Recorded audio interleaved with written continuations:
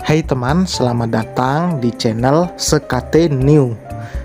Jangan lupa pada teman-teman untuk like, komen, dan subscribe supaya tidak ketinggalan update dari channel ini. Mimin ucapkan terima kasih. Selamat menyaksikan. Samir langsung menyusulnya ke kamar mandi, melihat keadaan istrinya yang sedang muntah-muntah itu. Seketika keringat dingin bermunculan, pandangan matanya buyar. Melihat di sekitar sudah tidak jelas lagi, Cantika memegangi kepalanya yang semakin nyut-nyutan. "Sayang, are you okay?" tanya Samir, memijat tengkuknya. "Kamu kenapa kok muntah-muntah gini?" Selesai membasuh wajahnya, Cantika berdiri tegak. Setelah dipijat oleh suaminya, keadaannya semakin membaik. "Enggak tahu, Dad. Rasanya enak banget. Pengen muntah. Sejak tadi di pesta itu loh," sahutnya mengingat-ingat sesuatu. "Masa iya sih aku hamil lagi?" gumamnya bengong. Karena tanda-tanda ini persis ia rasakan saat hamil keduanya. Hamil pertama dulu dan akhirnya kehilangan janinnya. Ia juga merasakan hal yang sama. Hamil kedua Tegar. Ia juga merasakan hal yang demikian. Hanya saja di awal kehamilan Tegar ia tidak bisa ngapa-ngapain. Bawaannya badannya itu lemas. Namun, saat mulai mencium bau-bau tidak wajar dari mantan suaminya, semua perasaan itu hilang. Entah kekuatan dari mana yang dikirim Allah untuknya, sehingga bisa melewati masa sulit itu. "Sayang, kok bengong?" kau tegur sang suami, melihat ia melamun. Enggak kok Dad. Tika fine, don't worry," dijawabnya asal. Cantika masih meragukan keadaannya. "Kamu enggak sedang bohong kan?" tanya Samir tak yakin, apalagi melihat wajah istrinya yang mendadak putih. "Tapi wajah kamu pucat loh." "Aku nggak kenapa-kenapa, Dad. Udah ayo kita keluar." Cantika mendadak galak sama Samir, sampai mendorong tubuhnya. Samir masih berdiri mematung di tempat itu, memperhatikan keadaan dirinya. "Aneh kamu, Yang." Awek-wek.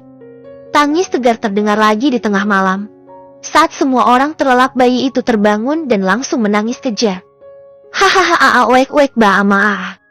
Samir yang saat itu sudah setengah sadar, langsung sigap dan bangun menghampiri anaknya. Diangkat tubuh Tegar dari box kasurnya, ditimang-timang dengan harapan Tegar bisa tenang lagi. "Sayang, jangan nangis ya. Kasihan Mami. Capek ya." Berbagai cara dilakukan untuk menenangkan bayi itu. Tak berapa lama Tika terbangun juga, mendengar tangis Tegar yang tak kunjung berhenti. "Dad, Tegar nangis lagi ya." Ia langsung menyibakkan selimutnya, turun dari ranjang dan lekas menghampiri Samir. "Kenapa ya, Yang? Padahal udah nggak demam loh."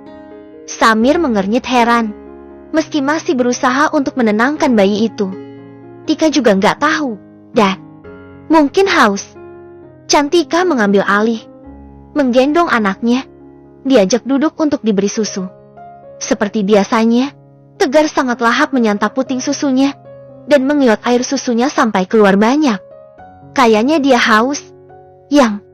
Samir cuma bisa menelan ludahnya, melihat benda menggembul istrinya di balik kacamata kain yang dikenakan itu disedot oleh putranya. Rencananya malam ini harus gagal. Akan mengulang momen indah yang tak terlupakan itu. Gara-gara baby Tegar rewel. "Iya, Dad. Kasihan dia," bingung Tika. "Dad." Dan sampai pagi menjelang, baby Tegar masih rewel. Keduanya sampai tidak tidur harus bergantian menjaga bayi itu. Lastri yang sudah berpengalaman mengurus bayi memberitahu untuk memeriksakan Tegar ke bidan. Mengingat anak itu tetap menangis walau perutnya sudah kenyang.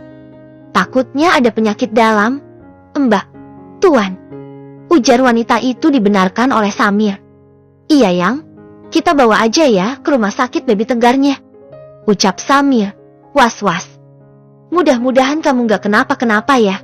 Sayang, John kamu cancel meeting saya pagi ini.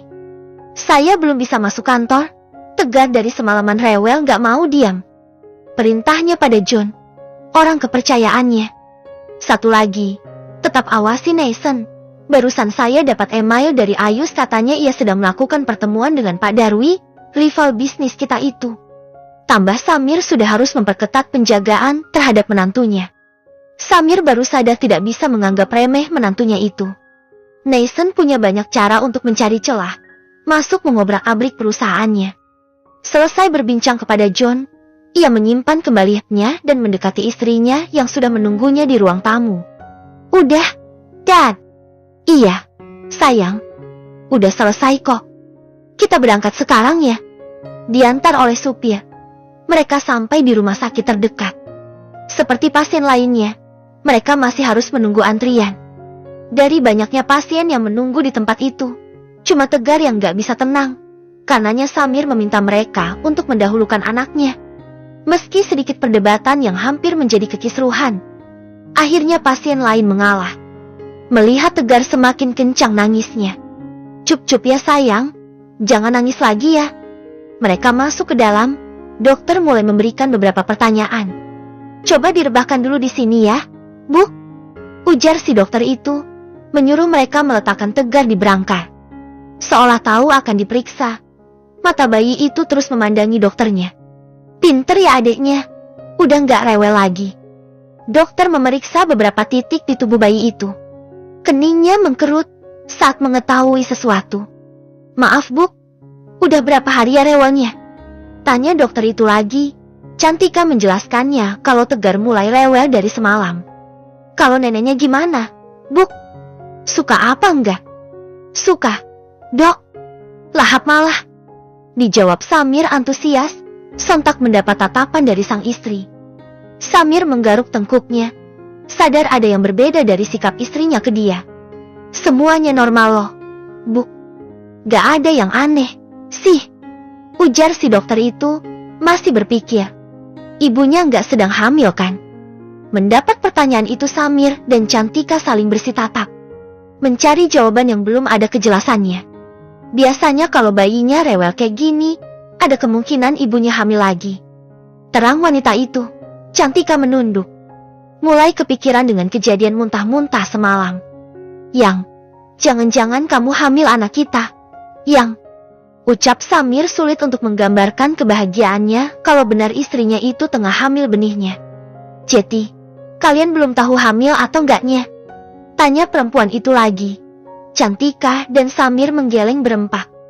Ya sudah, baiknya kita periksa dulu ya, Bu. Sebelum menjawabnya, Cantika menoleh ke arah Samir, meminta persetujuan dari suaminya. Iya, sayang. Diperiksa dulu ya. Sahut Samir mengambil alih menjaga bayi mereka saat dokter membawa Cantika ke ruang pemeriksaan. Terakhir datang bulan kapan, Bu? Tanya perempuan itu lagi. Sejak habis melahirkan saya nggak pernah datang bulan, Dok. Jawab Cantika jujur.